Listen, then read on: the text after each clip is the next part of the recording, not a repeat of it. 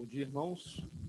Que a graça do Senhor Jesus Cristo seja com todos vocês nesta manhã de domingo, o dia do Senhor, onde se comemora a Páscoa, mas para nós, cristãos, não é não é a simbologia do ovo de chocolate, mas é a ressurreição daquele que vive para todo o sempre.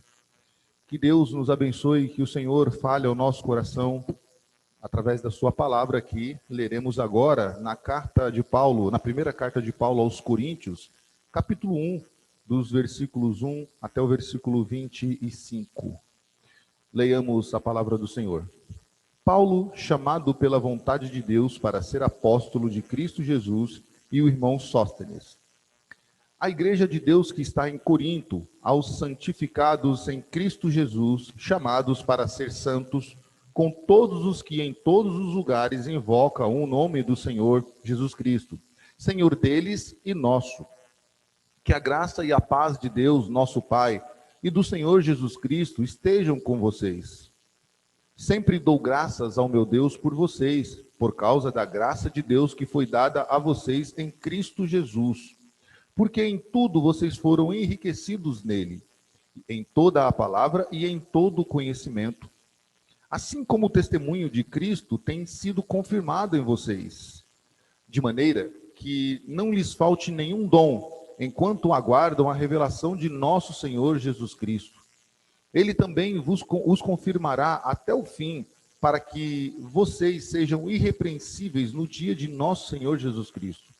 Fiel é Deus, pelo qual vocês foram chamados à comunhão de seu Filho, Jesus Cristo, nosso Senhor. Irmãos, pelo nome de nosso Senhor Jesus Cristo, peço-lhes que todos estejam de acordo naquilo que fala, que não haja divisões entre vocês. Pelo contrário, que vocês sejam unidos no mesmo modo de pensar e no mesmo propósito. Pois, meus irmãos, fui informado a respeito de vocês por alguns membros da casa de Cloe, de que há brigas entre vocês.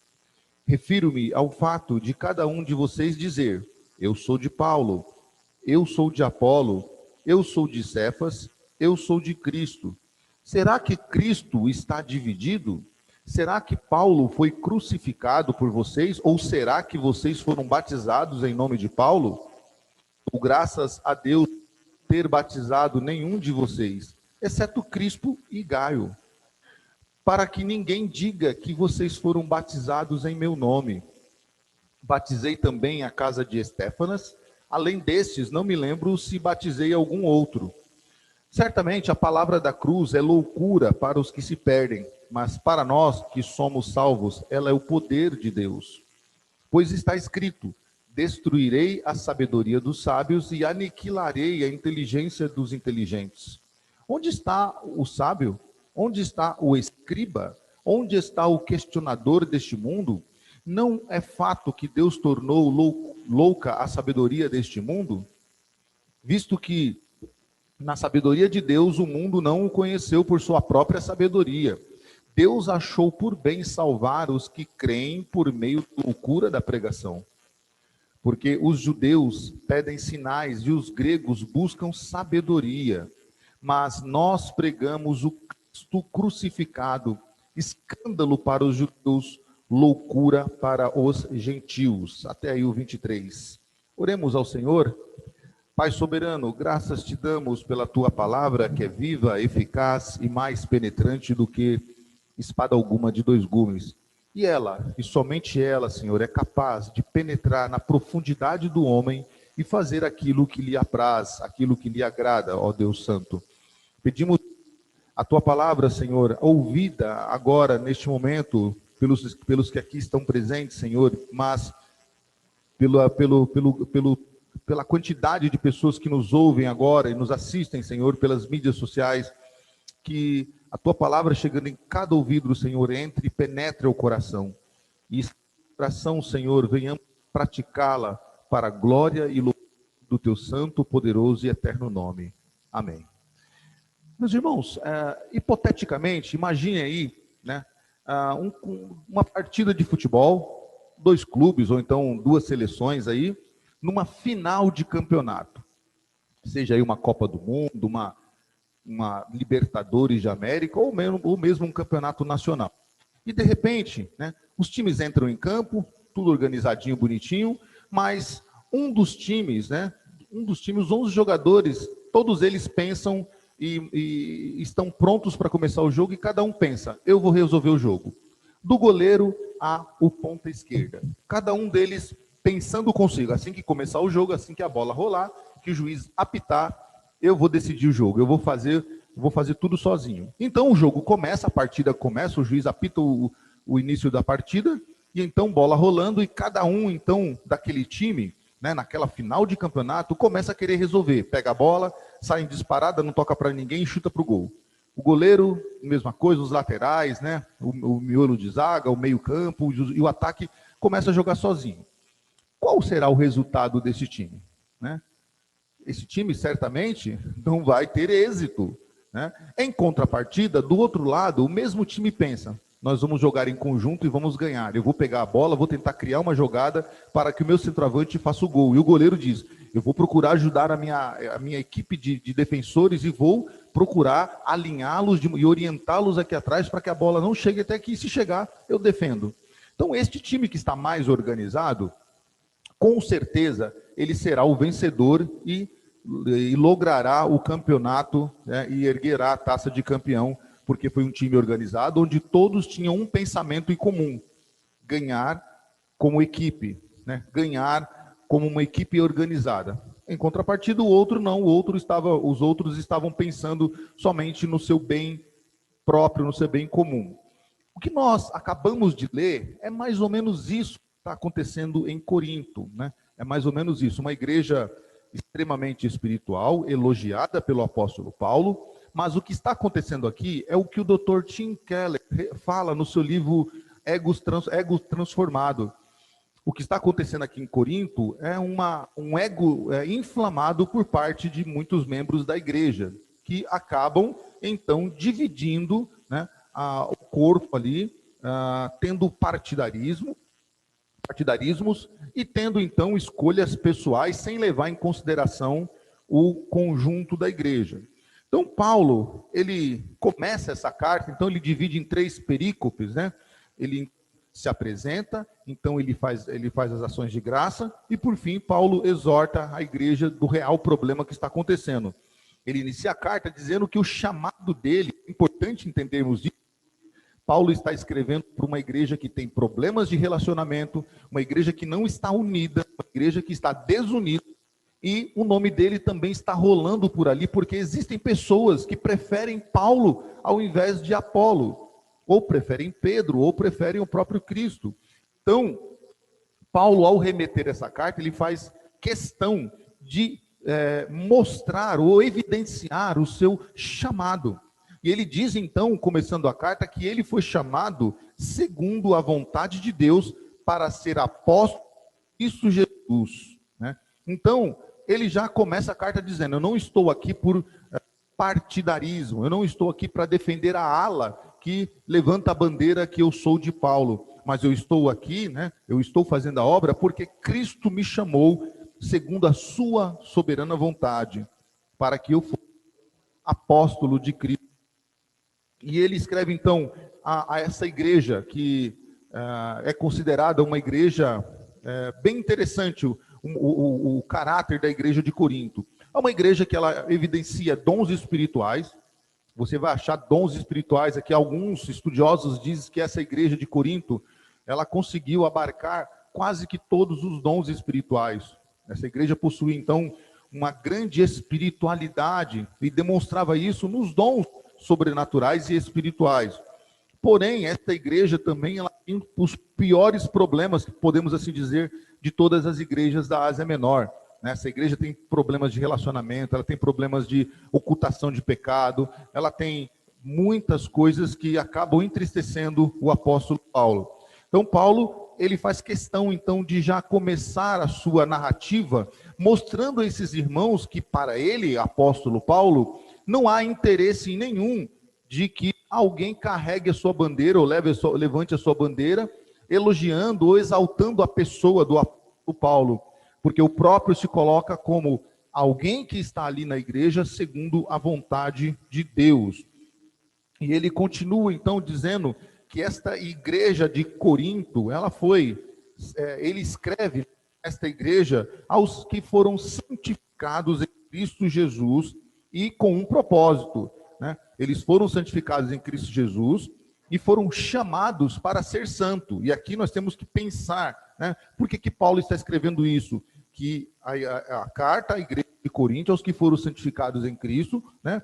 Foram chamados para ser santos, né? A palavra santo, sabemos, a palavra que nos remete à separação.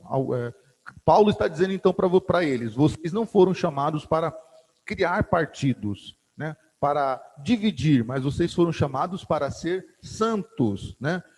Com todos os que estão em todos os lugares, né? Que invocam o nome do nosso Senhor Jesus Cristo. Então Paulo está dizendo, vocês foram chamados para se separar para Cristo Jesus, né? Vocês foram chamados com todos os demais que estão em todos os lugares para invocar o nome de Jesus. Então a separação que Paulo proclama aqui para os irmãos de Corinto, mostrando a eles que eles foram separados, assim como todos os outros que se encontram em todos os lugares, tinha um propósito: invocar o nome do nosso Senhor Jesus Cristo. Senhor, e Paulo faz questão de dizer que o Senhor Jesus Cristo é Senhor deles e Senhor nosso, mostrando para eles já no começo da sua carta que no rebanho de Cristo não há separação, não há partidos, não há pequenos grupos, né? O que está acontecendo aqui. Paulo então está tentando no início da sua carta, no começo da sua carta, no prólogo da carta, já mostrar para eles que ele condena o que está acontecendo aqui na igreja de Corinto. Paulo não aprova essa separação, porque ele já começa dizendo que todos eles foram chamados, assim como outros que estão espalhados ao redor do mundo, para serem santos, separados para Cristo. Com qual propósito? Invocar o nome do nosso Senhor Jesus Cristo, que é Senhor nosso de Corinto e é Senhor de todos os demais. Então, agora, Paulo, começando o seu prólogo dessa maneira, já mostrando o seu chamado, mostrando o seu propósito no reino de Deus e também mostrando, já falando em poucas linhas sobre a unidade, Paulo então escreve esses irmãos como as próximas linhas, num tom de culto, de doxologia, de ação de graça. E ele diz isso como uma espécie de oração. Quando ele diz nos versículos 4 em diante, dizendo: sempre dou graças ao meu Deus por vocês, por causa da graça de Deus que foi dada a vocês em Cristo Jesus, né? Então Paulo mostra a esses irmãos que, apesar deles estarem criando partidos, apesar de não haver uma unidade, apesar de haver aí problemas de ocultação de pecado e outros problemas mais que ao longo da carta nós vamos aprender, Paulo diz: vocês sempre estão nas minhas orações. Eu não esqueço de orar por vocês. Eu sempre dou graças a Deus por causa de vocês, porque a vocês, né, por causa da graça de Deus que foi dada a vocês. Então Paulo está mostrando para eles que Paulo está unido com eles, né, que não há da parte do apóstolo uma divisão, uma preferência, né, não há da parte de Paulo um desvio da unidade. Paulo orando a Deus para os irmãos de Coríntios, para que a graça de Deus fosse mantida sobre eles, Paulo então já os ensina nessa teologia, nessas linhas em que Paulo celebra uma ação de graça ao Senhor, mostrando aos irmãos de Corinto a importância da unidade. Ela remete também para uma oração eficaz em que a unidade ela é preservada de modo que a igreja anda junto no mesmo propósito, né? Porque a graça de Deus é dada sobre toda a igreja do Senhor. E ele continua então, né, dizendo que, versículo 5, porque em tudo vocês foram enriquecidos nele, em toda a palavra e em todo o conhecimento. Então é muito importante isso aqui do versículo 5, porque depois lá no final Paulo então vai mostrar para eles qual é o verdadeiro conhecimento, qual é a verdadeira sabedoria que eles deveriam buscar. E, claro, se a gente for aqui entrar na questão cultural, na questão social de Corinto, nós vamos ver aqui que realmente a cidade de Corinto, o mundo antigo, essa pequena parte da Ásia Menor, era muito rica em conhecimento filosófico, muito rica em conhecimento secular, né? Então Paulo está mostrando para esses irmãos que eles são abençoados por Deus, porque eles foram enriquecidos no Senhor Jesus e em toda a palavra de conhecimento, assim como o testemunho de Cristo tem sido confirmado neles, de maneira que não faltava aos irmãos de Corinto nenhum dom. Olha que interessante, né? Não, além deles serem enriquecidos em conhecimento, né, na palavra, com o próprio testemunho de Cristo, né, que estava sendo confirmado na vida deles, não faltava à igreja de Corinto nenhum dom, né? E isso então foi dado a Corinto, e Corinto deveria valorizar. O que Paulo está tentando fazer esses irmãos entenderem, eles são abençoados por Deus, eles foram enriquecidos pelo Senhor, eles foram agraciados por Deus, portanto eles deveriam ter um pensamento só, deveriam andar, porque a eles nada falta, né? Não precisaria ter grupos ou partidos, né? Porque eles tinham tudo o que eles precisavam: conhecimento, a palavra, o testemunho de Cristo era evidenciado através deles, e eles tinham a própria o testemunho do Senhor na vida deles, né? Então eles não precisavam de mais nada e tinham ainda os dons. E não é apenas alguns dons, como tinham outras igrejas do primeiro século. Eles tinham todos os dons. Então, o que eles deveriam fazer? Aguardar a vinda do Senhor Jesus, né, de forma irrepreensível até o dia do Senhor. Deveriam fazer isso de forma una, né? Deveriam fazer isso em unidade. Mas não é isso. E Paulo encerra, então, essa segunda perícope de graça da doxologia, dizendo que fiel é Deus, pelo qual vocês foram chamados, e aqui é muito importante, diz, olha, Deus é fiel, né, pelo qual vocês foram chamados à comunhão de seu Filho Jesus Cristo, nosso Senhor. E é muito interessante as palavras que Paulo está usando, irmãos, que vai nos fazer entender agora a próxima etapa da carta de Paulo, Paulo está dizendo, olha, vocês foram chamados à comunhão, né, do seu Filho Jesus Cristo. Então, se nós fomos chamados, é para que andemos de forma juntos, andemos juntos e não andemos separados, não andemos divididos. Por quê? Não dá para, Paulo está tentando fazer os irmãos entenderem isso, não dá para andar separado e ter comunhão com Jesus. Para que eu tenha comunhão com Jesus, eu preciso estar unido. Então, Paulo a eles isso, né? Vocês foram chamados à comunhão do seu Filho Jesus Cristo. E Paulo usa, então, termina essa segunda perícope dizendo, nosso Senhor. Note, Paulo em momento algum usa a primeira pessoa dizendo, meu Senhor, Senhor meu, né? Paulo coloca sempre, nosso Senhor Jesus Cristo, né? No caso aqui, nosso Senhor. Paulo, então, mostra a esses irmãos a importância de andar juntos, a importância da unidade, e como é louvável a comunhão com o Senhor Jesus Cristo quando a igreja está unida e não desunida. E agora, Paulo então começa no ápice, Paulo vai para o ápice da sua carta. Então ele já mostrou, né, de forma muito clara que ele foi chamado segundo a vontade do Senhor Jesus Cristo, né?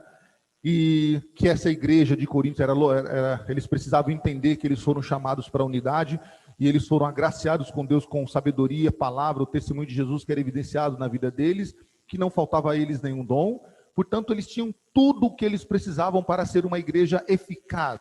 Eles tinham tudo o que eles precisavam para ser uma igreja que louvasse a Deus na unidade e não na individualidade, né? Que eles não tinham motivos nenhum para ter o seu ego inflamado, né? Mas agora Paulo vai mostrar para eles que eles precisam fazer aquilo que o Dr. Tim Keller fala no seu livro, ter o ego transformado pelo poder de Deus. Então ele começa agora aqui, então, a uma exortação, ensinamento, para que esses irmãos que eles compreendam, né? Que eles compreendam o valor, a importância da unidade. Então ele começa no versículo 10 em diante, ele começa a dizer: irmãos, pelo nome do nosso Senhor Jesus Cristo, nota de novo, nosso Senhor Jesus Cristo, peço-lhes que todos estejam de acordo naquilo que falam, e que não haja entre vós ou entre vocês divisões. Pelo contrário, que vocês estejam unidos no mesmo modo de pensar e no mesmo propósito, né? Então note aí que interessante, Paulo está exortando esses irmãos agora de forma clara, bem objetiva, que esses irmãos deveriam estar de acordo com aquilo que falam. E é muito ruim, meus irmãos, quando o povo de Deus, né, ou quando algum grupo de pessoas não está de acordo naquilo que falam. Isso acontece muito em reunião, né? Você está em reunião, um discorda aqui, outro discorda ali, outro busca o seu interesse aqui, outro busca o interesse lá, e aí acaba tendo aquela contenda na reunião porque ninguém chegou num bem comum. E deveria, toda reunião, todo agrupamento de pessoas, deveriam ter um elo de ligação, um bem comum, né? Seja na reunião na casa, seja no grupo de trabalho, seja na reunião do conselho da igreja, seja num clube de futebol, seja num julgamento, tem que ter um ponto em comum. Tem que ter um ponto em comum, porque você vai colocando as suas discordâncias, porém, chega aquele ponto em comum, você diz, não, se isso é para o bem geral, então eu vou concordar com isso aqui. Embora eu tenha uma outra visão, eu vou concordar com isso, porque eu estou objetivando um bem comum. Então, Paulo está dizendo, irmãos, vocês precisam, né, estar de acordo naquilo que falam. E não pode haver entre vocês divisões. Meus irmãos, Deus não prospera nas divisões, ou na divisão. Deus não está na divisão. Se por acaso vocês que estão nos assistindo, há no coração uma preferência, né, por determinado pregador, por determinado líder, né, por determinada igreja, então você se encontra na mesma situação da igreja de Corinto. Você está dividindo, tentando dividir o corpo, você está tendo preferência no sentido de divisão. Nós não podemos deixar, né, que o nosso gosto pessoal nos faça pecar contra Deus. Uma coisa é você ter uma preferência, dizer, poxa, eu gosto, eu compreendo mais este pregador ou este pastor falando. A outra coisa é você fazer dele o seu pequeno ídolo. Então só ouvi-lo, ou então só segui-lo, ou então só ouvir o que ele fala como verdade absoluta, e ignorar todos os demais. Paulo está orientando esses irmãos que eles precisa haver entre eles unidade no que eles falam, e que a divisão deve ser extirpada do meio da igreja de Corinto. Não deve haver entre eles nenhum tipo de divisão. Mas ele diz, pelo contrário, né, que vocês sejam unidos no mesmo modo de pensar e no mesmo propósito. Olha que interessante, né? Não deve haver divisões, mas deve haver o quê? Uma unidade no pensamento e no propósito. Irmãos, o problema nosso, o problema do ser humano, é que ele coloca o seu pensamento e os seus propósitos acima do propósito maior. No nosso caso, como cristãos, deveremos ter o mesmo pensar, né? Fazer a vontade de Deus, e o mesmo propósito, glorificar a Deus, porque isto é o princípio da existência do ser humano. Está lá no nosso, pergunta número 1 do catecismo, né?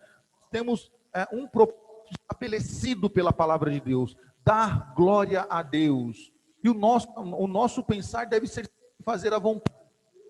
Portanto, nós nunca deveríamos deixar que o nosso pensamento fosse qualquer vontade de Deus.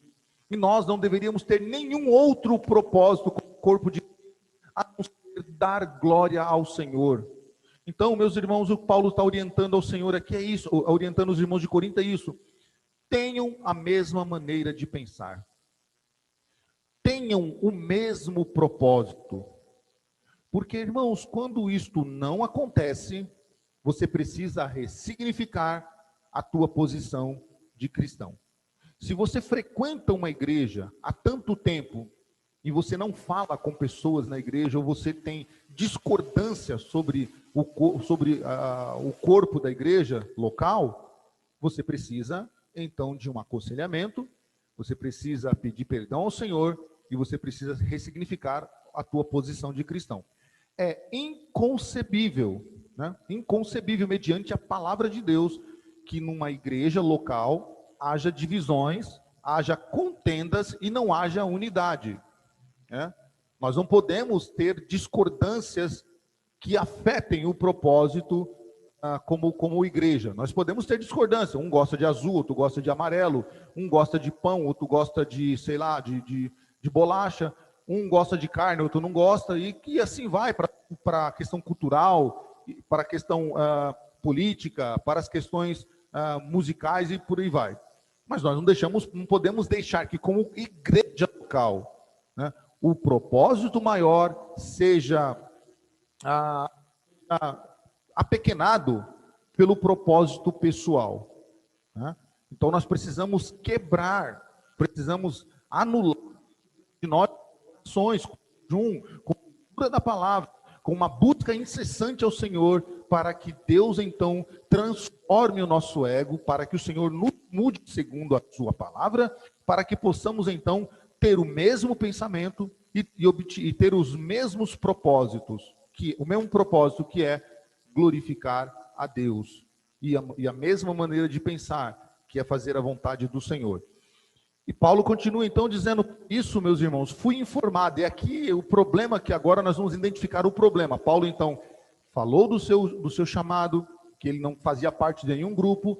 Paulo então fez uma doxologia elogiando os irmãos por eles serem ricos na sabedoria, no conhecimento, e ricos também nos dons. Paulo então diz para eles que a importância é a unidade, e agora Paulo então detecta o problema e mostra para eles o problema.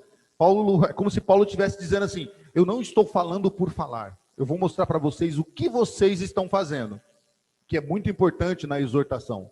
Não só exortar por exortar, mas ensinar a pessoa mostrando o que ela está fazendo de errado, e é isso que Paulo faz. Paulo diz: por isso, meus irmãos, fui informado a respeito de vocês por alguns membros da casa de Cloe, que há brigas entre vocês. Olha que interessante, né? A igreja que é rica em conhecimento, que o testemunho de Cristo está evidenciado através delas, que elas possuem todos os dons, mas é uma igreja que tem o quê? Briga entre membros, né? Briga entre membros. E aqui os irmãos da casa de Cloe fazem então o quê? Uma denúncia pública a Paulo, né? Não é fofoca, é uma denúncia pública, dizendo: olha, tem problemas na igreja, tem irmãos que estão brigando. Então, Paulo diz: olha, o problema de vocês, essa contenda que há entre vocês, as brigas que há em vocês, qual é o problema? Qual é o motivo da briga de vocês? Vocês não estão na mesma maneira de pensar e vocês não estão no mesmo propósito. Por quê? Qual é a maneira de pensar e o propósito desses irmãos que estão aqui em contenda? Eles estão dizendo, com seus pequenos grupos, né? Eu sou de Paulo, Paulo é o cara, eu sigo a Paulo. O que Paulo falou para mim é regra, artigo máximo que eu sigo, né? Cláusula pétrea para mim. Outros dizem: eu sou de Apolo, Apolo é mais versátil nas palavras, Apolo é mais singelo no falar, Apolo é mais culto no falar. Outros dizem: que isso, você não sabe a evidência das palavras de Pedro. Então nós somos de Pedro, porque Pedro é mais vigoroso, né? Mais justo na sua transmissão. Pedro fala com a alma, não fala só com a cabeça, só com a razão. Pedro não é um racionalista, Pedro é alguém que coloca a alma na hora que ele vai pregar. E outros dizem: vocês estão todos errados, eu sou de Cristo, eu sou mais espiritual, nós somos de Cristo, então nós só seguimos a Cristo, né? E aí Paulo diz para eles, para a vergonha deles, né? Será que Cristo está dividido? Por acaso Cristo se dividiu entre Paulo, Apolo, Cefas e ele mesmo? Por acaso é este o propósito de vocês? Dividir o corpo de Cristo com pequenos grupos, com partidarismo? Eu gosto desse, não gosto daquele. Eu só vou no culto de domingo se for o fulano que vai pregar. Eu só vou tocar, se for o cantor que vai cantar? Será que o corpo de Cristo está sendo dividido? Cristo está dividindo o seu próprio corpo com as preferências? Paulo está dizendo para eles, vocês todos estão errados. Vocês têm a mesma maneira de pensar e tem que ter o mesmo propósito. E esse propósito e o pensamento que vocês não é o pensamento do nosso Senhor Jesus Cristo. Vocês estão equivocados, né? E no final nós vamos entender o porquê que eles estão equivocados. Será? E ele continua agora falando dele, né? Já que o grupo tem um grupo lá pró-Paulo, tem um grupo lá com a bandeira Paulo é o melhor, né? E notem, irmãos, que interessante aqui, né? Fazendo um parênteses aqui. Note que Paulo sempre mostrou isso na vida dele. Ele nunca gostou de louros, ele nunca gostou de elogios, né? Externos. Paulo nunca trouxe a glória para ele. Vocês vão lembrar lá na cidade de Éfeso, quando Paulo está chegando na cidade, tem uma menina que é usada, né, como adivinha, né, pelo seu senhor, e ele explorava ela. E quando Paulo chega, o que ela diz? Olha, vejo que vocês são grandes homens de Deus, né? Que vocês são usados por Deus.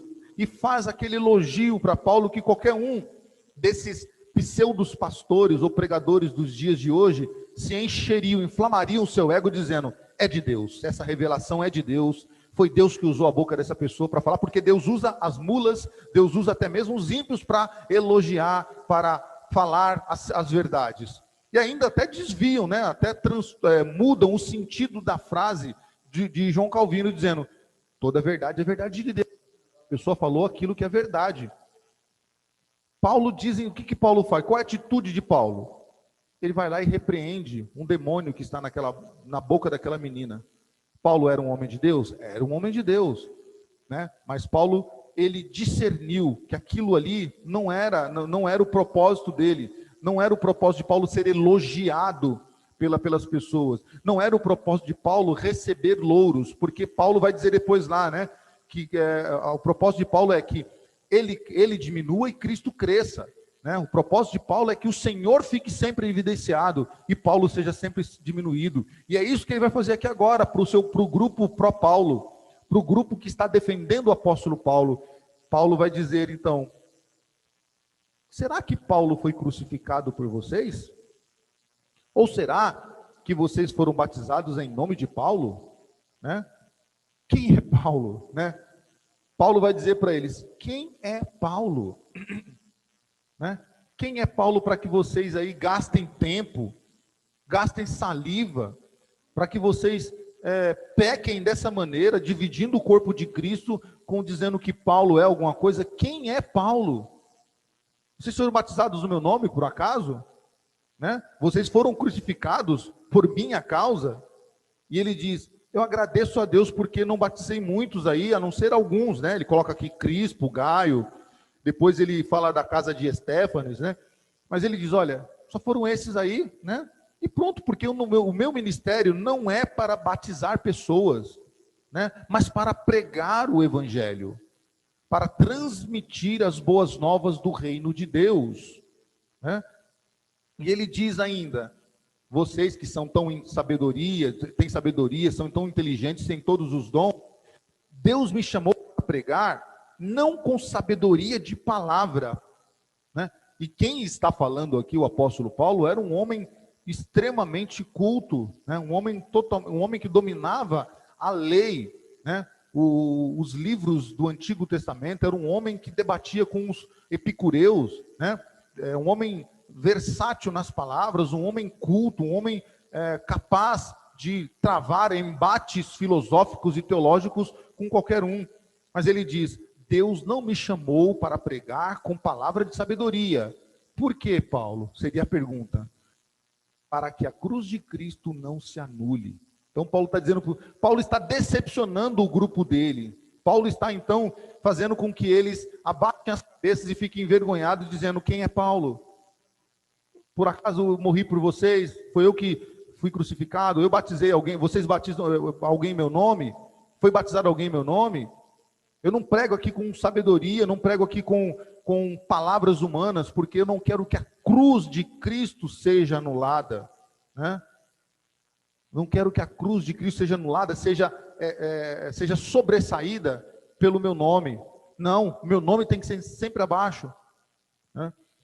Paulo, então, ele agora, mostrando para os irmãos de Corinto qual era o real problema da igreja, onde é que eles estavam pecando, e que a mensagem que todos os demais pregadores ali, Cefas, Apolo, estavam pregando, era a mensagem da cruz, a mensagem que transforma o ego, a mensagem que muda a condição da pessoa. Não era por palavras filosóficas ou palavras teológicas, não era por ter todos os dons, não era por ser riquíssimo em conhecimento, mas era a cruz de Cristo que deveria uni-los. E é isso que Paulo está mostrando para eles, né? Vocês só vão deixar de ter pequenos grupos, vocês só vão deixar de ser partidaristas, vocês só vão deixar de dividir a igreja quando a cruz de Cristo unir vocês. Quando vocês entenderem que existe algo que nos liga, né? Algo que nos une, que existe algo que é maior do que Paulo, que é maior do que Cefas, que é maior do que Apolo, que é maior do que qualquer homem que já existiu neste mundo. A cruz do nosso Senhor Jesus Cristo é que nos une, é que nos faz caminhar junto, pensando, né, tendo gostos diferentes. Mas a cruz de Cristo nos faz o quê? Pensar da mesma maneira. Nos faz, então, ter o mesmo propósito. E por isso que agora, na sua perícope final, Paulo então mostra para eles o que é que eles deveriam se atentar, no que eles deveriam focar o seu olhar, no que eles deveriam então buscar, ou o que eles deveriam então buscar para que houvesse então uma unidade nesta igreja. Paulo diz: certamente a palavra da cruz é loucura para os que se perdem, né? Mas para nós que somos salvos, ela é o poder de Deus. Paulo está dizendo, para muitos aí, é loucura esta palavra.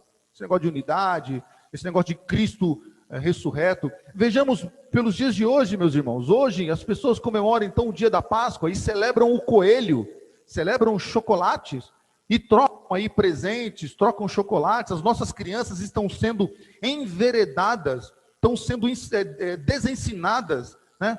E elas esperam hoje ovos de Páscoa. Esperam então o coelhinho da Páscoa que traz para mim 1 ovo, 2 ovos, 3 ovos, mas não é ensinadas a ela a cruz de Cristo, não é ensinada a elas o real sentido da Páscoa, não é ensinadas a elas a mensagem da cruz, e o argumento é muito ridículo, dizendo que não, mas é criança ainda, quando ela crescer ela vai aprender as escrituras, ela vai aprender sobre a mensagem do evangelho. Não, não, não e não. O momento de se aprender sobre a mensagem da cruz, sobre a palavra da cruz, é já. É já. Por isso que os reformados do século XVI e XVII ensinavam as crianças logo de pequena, com métodos fáceis de introduzir nas crianças a palavra da cruz, ensinar a palavra de Deus. Então, os nossos filhos hoje não deveriam estar esperando o coelhinho da Páscoa, não deveriam estar esperando ovos, deveriam estar sendo sentado à mesa no café da manhã, ensinado para eles que há 2000 e poucos anos atrás, um homem morreu por eles. Alguém morreu por eles, para que eles não fossem condenados. E de uma forma una, a família deveria estar nessa manhã celebrando a ressurreição do nosso Senhor Jesus Cristo, porque ele não só morreu, como uma ala cristã celebra tanto e dá tanta ênfase, mas ele ressuscitou, e a ressurreição de Cristo é a propiciação, né, dos nossos pecados, é sinal de que Deus aceitou o sacrifício de Cristo, e por isso nós somos libertos de todos os nossos pecados.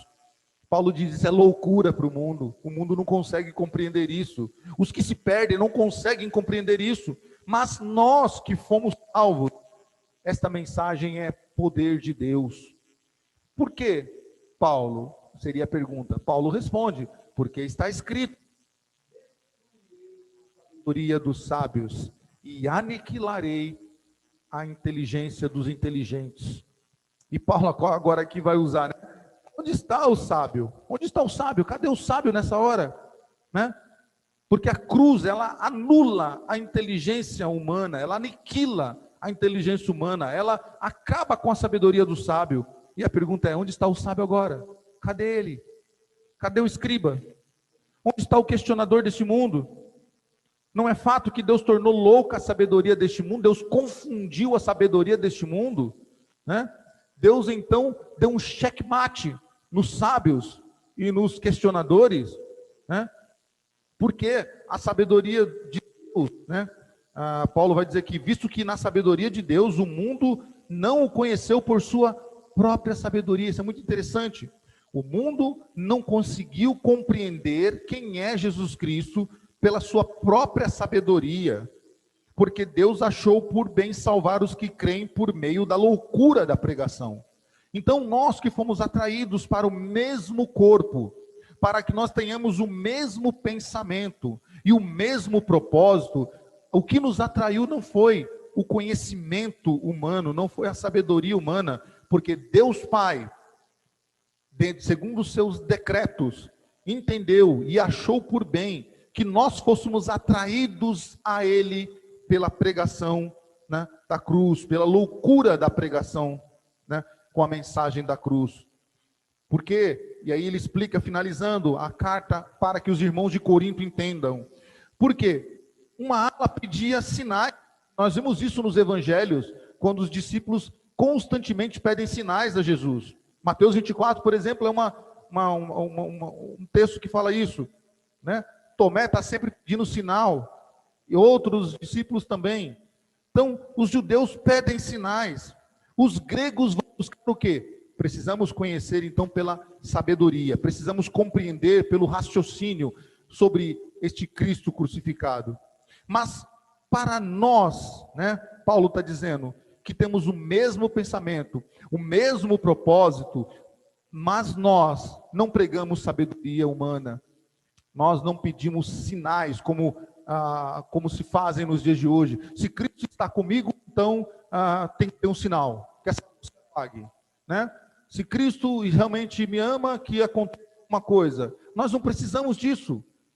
Paulo diz, mas nós pregamos o Cristo crucificado, que é escândalo para os judeus e é loucura para os gentios. Paulo está dizendo, eles não conseguem compreender, porque eles vivem atrás de coisas místicas. Uma ala procura coisas místicas, outra ala procura o quê? A razão. Mas o cristão, ele só é unido pela loucura da pregação, pela mensagem da cruz que nos une. Portanto, irmãos, nós não podemos andar desunidos como aquele clube de futebol a qual eu me referi no começo. Aquele time que está numa disputa final, o último jogo do campeonato, seja a Copa do Mundo, Libertadores ou Campeonato Nacional. E então, se cada um resolver fazer por si próprio, esse time não logrará o campeonato. Esse time perderá e perderá feio. Não se ganha uma batalha desunido, não se ganha uma partida de esportes de forma desunida. Somente tendo o mesmo pensar e o mesmo objetivo é que se chega a um final feliz. Portanto, para nós do século 21, a igreja que precede a volta do Senhor Jesus Cristo, nós devemos, então, de forma una, né, numa unidade, devemos esperar a volta do Senhor Jesus Cristo com o mesmo pensamento, com a mesma forma de pensar. Devemos esperar a volta de Cristo numa unidade, celebrando o nome do nosso Senhor Jesus Cristo, tirando as diferenças, não criando partidarismo na igreja, não criando grupos pequenos, né? O reverendo Sérgio tinha uma frase, né, que ele sempre falava para nós, quando a gente conversava sobre algumas coisas na igreja, e dizendo assim, toda igreja tem panelas, tem panelinhas, né? Aliás, na vida se tem panelinhas. O problema é quando as pessoas colocam uma tampa na panela. Tem panelinhas? Deixa aberto para que outros entrem. Para que outros entrem e assim vão criando o quê? Grupos e vão criando uma unidade nesta grande panela, né? Então nós precisamos entender isso. Precisamos compreender que o corpo de Cristo não se divide, né? Que não há ninguém maior do que o Senhor Jesus Cristo. Não há mensagem nenhuma maior do que a mensagem da cruz. E se a mensagem da cruz não for o que nos une, nós precisamos então ressignificar o nosso cristianismo. Nós precisamos, então, correr urgentemente para os pés do nosso Senhor e pedir-lhe perdão e pedir ajuda a Ele para que o nosso ego, que está inflamado, seja transformado pelo poder da palavra, da mensagem da cruz. Que o Senhor nos ajude, meus irmãos. Que o Senhor, então, fale conosco todos os dias quando errarmos. Que o Senhor continue nos orientando, segundo a sua palavra, para que possamos, de uma forma una, numa grande unidade, ser o povo que espera a volta do Senhor juntos. Oremos ao Senhor e assim finalizaremos o nosso culto matinal. Senhor Deus, louvado e exaltado seja o teu santo, poderoso e eterno nome, Senhor. Obrigado por esta manhã tão singela, uma manhã tão especial, aonde nos reunimos, Senhor, ainda que à distância, mas nos reunimos como corpo de Cristo para adorar, celebrar o teu santo, precioso e eterno nome. Te agradecemos, Senhor, porque nada impede a tua igreja de se reunir. Nada, Senhor, pode parar o avanço da tua igreja, o avanço do evangelho. No passado, Senhor, muitos foram as tentativas e não pararam, e jamais a tua igreja e o evangelho será barrado. Por isso te louvamos pelos meios que o Senhor preparou para que hoje, Senhor, pudéssemos ter o culto de adoração a ti, Senhor, e pudéssemos celebrar ao Senhor. Te louvamos porque os avanços tecnológicos, Senhor, são os meios o qual o Senhor reservou para a igreja do presente momento. Louvado seja o Senhor por isso. Senhor querido, nós não sabemos e não temos, Senhor, ideia do alcance, Senhor, de onde chega este culto, de onde chegou este culto. E, Senhor, nosso desejo, nosso pedido é que, aonde quer que ele tenha chego, Senhor, que o Senhor possa trabalhar em cada família, em cada pessoa, Senhor, e venha transformar cada coração pela loucura da pregação do Evangelho, da mensagem da cruz. E te pedimos, Senhor, perdão, porque, assim como Corinto, Pai, é possível que muitas igrejas estejam divididas com preferências por causa de egos inflamados, que acabam dividindo o corpo com preferências de um coração perverso, um coração pecaminoso, um coração obstinaz, um coração vaidoso. Se assim for, Senhor, nos ajude, como Paulo, a quebrar isso, Senhor. Nos ajude, como Paulo nos orientou através dessa carta a Coríntios, a ter o nosso ego transformado pela mensagem da cruz. E assim, Senhor, buscarmos aos teus pés essa transformação. Obrigado, Senhor, porque o Senhor fez a obra completa de salvação na nossa vida, Pai. O Senhor enviou Jesus Cristo para que ele morresse na cruz do Calvário, nos substituindo. Mas ali não foi o fim, não foi a morte de Jesus apenas. Ele morreu. Ele nos substituiu naquela cruz. Ele levou sobre si todo o castigo que era para nós, todas as nossas enfermidades, tudo aquilo que era nosso, Senhor, tudo aquilo que era justo a nós, ele levou sobre si. Mas não foi só isso, ele ressuscitou. E a ressurreição de Cristo, Pai, é a aceitação do Senhor, do sacrifício dele, por causa dos nossos pecados. Por isso celebramos a Ti nesta manhã de domingo, Pai, a ressurreição do nosso Senhor. E Ele ressuscitou e vive para todo sempre. E em breve, Senhor, em breve, o nosso Senhor Jesus Cristo, Teu Filho amado, nos virá buscar, ou virá nos buscar, para que vivamos com Ele toda a eternidade, porque foi isso mesmo que o nosso Senhor prometeu, dizendo que Ele iria preparar lugar para nós, e quando ele voltar, ele vai nos levar para esses lugares para este lugar que ele nos preparou. Obrigado, Senhor, porque este dia está próximo. Este dia está próximo, Senhor, o dia do nosso Senhor Jesus Cristo. O dia em que ele colocará todas as coisas nos seus devidos lugares. O dia, Senhor, em que o mal será extirpado da terra, Senhor. O dia, Senhor, em que os ímpios serão aniquilados. O dia que o próprio inimigo de nossas almas será, então, como ele já está sentenciado, então ele será receberá o castigo dele, reservado desde antes da fundação do mundo. Este dia está próximo, Senhor. Muitos perderam essa esperança, mas a tua igreja, a tua noiva, Senhor, aguarda este dia ansiosamente, Senhor. A tua noiva, Senhor, anseia pelo grande dia do Senhor. E nós, Pai, esperamos este dia com o nosso coração alegre, com o nosso coração apaixonado pelo Senhor, com o nosso coração que canta, que vibra e que grita, Maranata. Obrigado, Senhor, porque essa esperança tem sido renovada dia após dia no coração dos eleitos do Senhor, daqueles a quem Cristo morreu na cruz do Calvário. Continua conosco, Senhor, neste dia, e que nós possamos continuar celebrando o teu santo, precioso e eterno nome. Amém.